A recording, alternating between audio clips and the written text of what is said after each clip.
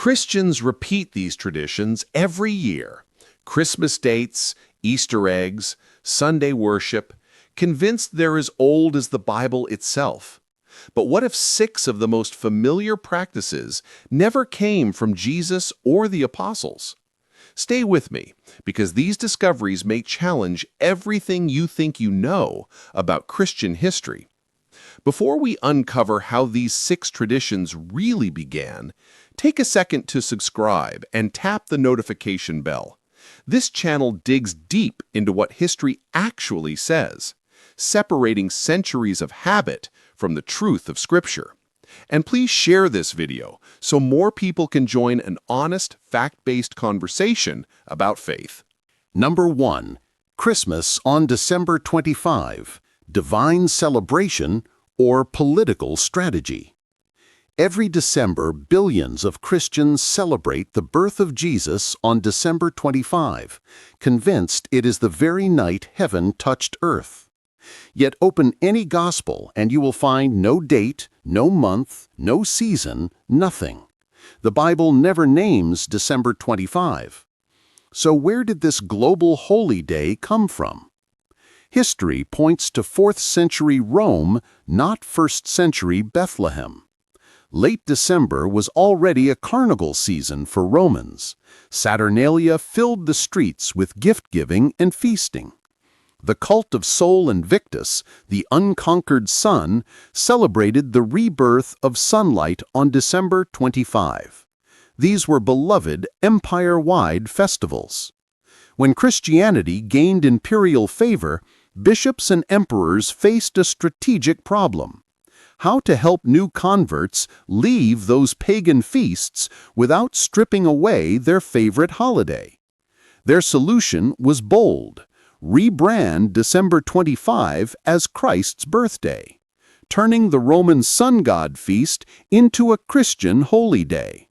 By the year 336 CE, Roman Christians were already keeping Christmas on that date. The plan worked brilliantly. Within a few generations, most believers assumed the date came from heaven itself. But here is the uncomfortable question. If Scripture never commands this date, why do we still treat it as though God Himself said it? Consider the contradiction. On Sunday mornings, many insist on Bible-only authority, yet every December they embrace a festival whose date and many customs, trees, evergreens, even midnight timing, arose from pagan Europe and imperial Rome. Is December 25th truly a sacred tradition, or is it one of the most successful political marketing moves in history? Some defend the choice as God redeeming culture, claiming that light conquering darkness fits Christ's message. Maybe, but the fact remains, the calendar came from imperial strategy, not angelic command. Even beloved imagery, snowy stables, midnight masses, was layered on centuries later. What we call a biblical Christmas is in large part a Roman winter festival dressed in Christian language. So when the next carol proclaims this happy morning of December 25, stop and ask, if this date isn't in Scripture, why do we celebrate it as if it were? Are we honoring the birth of Jesus, or continuing a 4th century rebranding campaign? Is this tradition truly holy, or a political compromise we've forgotten? These are not trivial questions. They go to the heart of how seriously we separate historical fact from churchly claim. And they challenge every believer to decide. Will faith rest on divine revelation or on the clever strategies of emperors and bishops? But in 325 CE, Emperor Constantine convened the Council of Nicaea. One of its goals was to separate Christian identity from Judaism and unify imperial worship. The bishops voted to celebrate Easter on the first Sunday after the first full moon following the spring equinox, a cosmic calculation taken from pagan solar calendars, not scripture. And that was only the beginning of the makeover. The very name Easter, in English and German, likely comes from Aostra or Ostera, a pre-Christian Germanic goddess of spring and fertility. The eggs and hares that flood store shelves each April were ancient fertility emblems across Europe and the Middle East, long before the gospel reached those regions. Missionaries found it easier to baptize these customs than to erase them. If the Bible never tells us to dye eggs or hide candy, and if the resurrection originally coincided with Passover, why do we still celebrate Easter with rituals rooted in pagan fertility rites and imperial politics? Is this truly a divinely appointed feast, or a carefully engineered merger of spring folklore and imperial decree? If the resurrection of Jesus is the core truth, why cloak it in symbols of rabbits and eggs? Does that enrich the message or dilute it? Supporters argue that God can transform any cultural symbol to proclaim new life. Maybe so. But history leaves no doubt. The timing and customs of Easter were chosen by councils and cultures, not by Jesus or his apostles. So the next time you join an Easter sunrise service or watch children hunt eggs, ask yourself, are we celebrating the biblical resurrection, or are we unconsciously reviving a festival of seasonal fertility dressed in Christian language? The tension is real, and facing it is the only way to know whether Easter, as practiced today, is faithful celebration or brilliant rebranding. Number 3. Church buildings, houses of God, or imperial monuments. Walk through any city and you'll find towering cathedrals and modern megachurches built as if God's presence were tied to stone and steel. Many believers speak of going to God's house on Sunday, as though the Creator dwells in one particular building. But if we trace the history, an unsettling truth emerges. The first Christians had no church buildings at all. For nearly 3 centuries after Jesus, his followers met in ordinary homes, courtyards, or borrowed public spaces. Acts and Paul's letters describe gatherings that were simple, mobile, and shared. There were no marble altars, stained glass, or monumental domes. The early church was the people, not a location. Everything changed after Constantine legalized Christianity in the 4th century and turned it into the favored religion of the empire. Suddenly, imperial wealth flowed into the church. The emperor himself funded grand basilicas in Rome, Jerusalem, and Constantinople. These structures were modeled on Roman imperial audience halls, places where emperors received homage. In effect, the church borrowed the architecture of power and applied it to worship. From that point on, Christians increasingly thought of holiness as something tied to buildings, cathedrals, sanctuaries, and the house of God. But that is not how the earliest disciples saw it. The New Testament insists that God does not dwell in temples made by human hands, Acts 7:48. Jesus told the Samaritan woman that true worship is in spirit and in truth, not locked to Jerusalem or any other mountain. So why keep building monumental sanctuaries as if God lives behind stone walls? Is it about reverence or about power, prestige, and control? Massive church complexes require wealth and hierarchy to maintain. They elevate clergy and can turn worship into a spectator event instead of a shared life.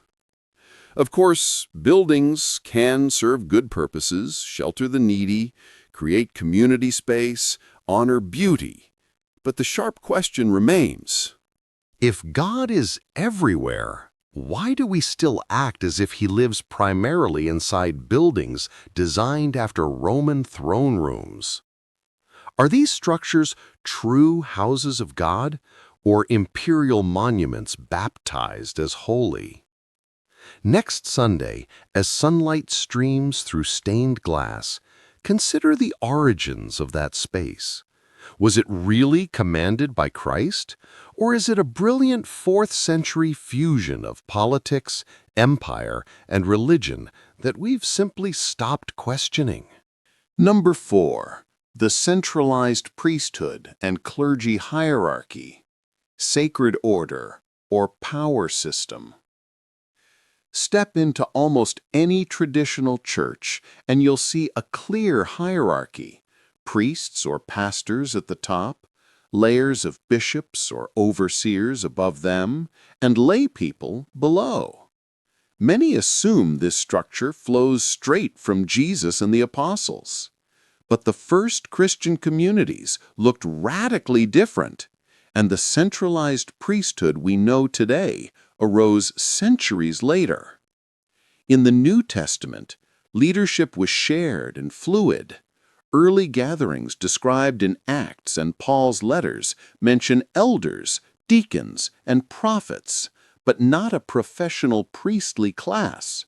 All believers were called a royal priesthood, and authority rested in the Spirit moving through the whole community.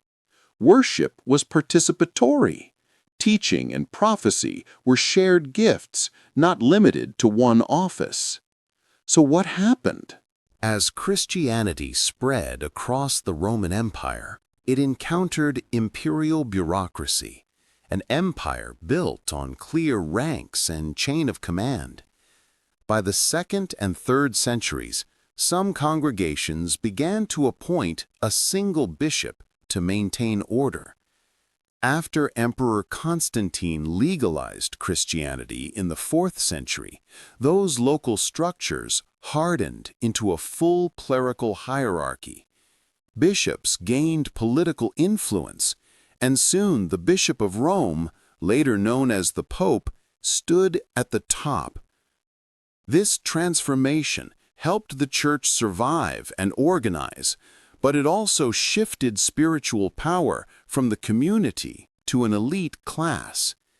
Over time, clergy became gatekeepers of sacraments and forgiveness, and ordinary believers were recast as passive recipients rather than active participants. If Jesus proclaimed that where 2 or 3 are gathered in my name, there am I, why must access to God run through layers of ecclesiastical offices? If the earliest churches thrived without a rigid chain of command, why insist it is divinely mandated now? Supporters argue that hierarchy protects unity and doctrinal purity. Yet history shows it also centralized wealth and silenced dissent. Councils of bishops decided which books became scripture and which voices were labeled heresy, often under imperial pressure. The challenge is unavoidable. Is today's clergy system a sacred order established by Christ or a Roman-style power system baptized as holy over time? Understanding the real origins of the priesthood doesn't mean rejecting leadership. It means recognizing how politics, culture, and ambition helped shape a structure now treated as untouchable. For those seeking authentic New Testament faith, that history is both a warning and an invitation to rethink what spiritual authority really means. Number 5. Sunday as the only holy day, divine command or imperial decree. For millions of Christians, Sunday is the Lord's Day, the one day each week set apart for worship. Many believe it is a direct command from God, even replacing the biblical Sabbath. But if we dig into Scripture and history, an uncomfortable reality appears. The Bible never transfers the Sabbath to Sunday. The practice grew from a blend of convenience, politics, and empire. So, how did Sunday become the single obligatory day of rest? The turning point came in the early 4th century, when Emperor Constantine, who still honored the sun god Sol Invictus, issued a civil decree in 321 CE ordering a weekly day of rest on the Venerable Day of the Sun. Church councils soon followed, encouraging Christians to worship on Sunday and distance themselves from Judaism. By the late 4th century, Sunday had effectively replaced the biblical Sabbath across much of the empire. This historical record raises pointed questions. If the Sabbath commandment explicitly names the seventh day, why do so many treat the first day as if it were God's unchanging law? Is Sunday sacred because of divine revelation, or because an emperor and bishops agreed it should be? Supporters argue that Sunday worship honors Christ's resurrection and expresses Christian freedom. Yet the language of command and penalty, even accusing Sabbath keepers of heresy in some eras, has no direct backing in the Gospels or the writings of Paul. The deeper issue is authority. When church tradition and imperial law align, they can reshape practice so completely that later generations forget the change was ever made. The Sunday-only rule shows how easily political convenience and anti-Jewish sentiment can be baptized as eternal truth. So next time you hear Sunday described as the day God set apart from the beginning, remember the real chain of events. Scripture calls the seventh day holy, but emperors and church councils shifted the spotlight to the first. Decide for yourself whether that shift represents spiritual insight or imperial decree wearing a halo. Number 6. Purgatory and prayers for the dead, mercy of God, or medieval invention. For centuries, many Christians have been taught that after death, the soul may enter purgatory, a middle state of purification before reaching heaven. Family members are urged to pray, light candles, or fund masses to shorten that stay. The practice feels ancient and unquestionable. But if we ask when and how it started, the historical trail leads not to the apostles, but to the Middle Ages. The Bible never mentions purgatorium. A few passages speak of God refining or testing believers. Example, 1 Corinthians 3:15 and 2 Maccabees 12:45 in Catholic Bibles. But none describe a halfway realm where souls serve time to pay off sin. The early church fathers talked about resurrection and final judgment, not a stopover of fiery cleansing. So, where did the idea arise? Between the 3rd and 6th centuries, as Christianity spread through cultures steeped in Greek and Roman notions of the soul's journey, theologians began to speculate about an intermediate state. By the 12th century, church councils were defining purgatory more clearly, and by the late Middle Ages, it had become a powerful doctrine, complete with vivid artwork of flames and suffering. Why did it gain so much traction? Because it answered emotional and financial needs. Families longed to help their dead loved ones. Church leaders saw an opportunity to encourage donations for special prayers and masses. By the 1500s, the sale of indulgences, certificates said to reduce purgatorial time, had become a massive source of church revenue and a major trigger for the Protestant Reformation. This history forces hard questions. If purgatory was essential to salvation, why is it absent from Jesus' teaching and the earliest apostolic writings? How did a few speculative comments grow into an official doctrine that shaped the economy of medieval Europe? Are we looking at a divinely revealed truth or at a spiritual business model refined over centuries? Supporters today may say purgatory expresses God's mercy, giving imperfect souls one more chance to be cleansed.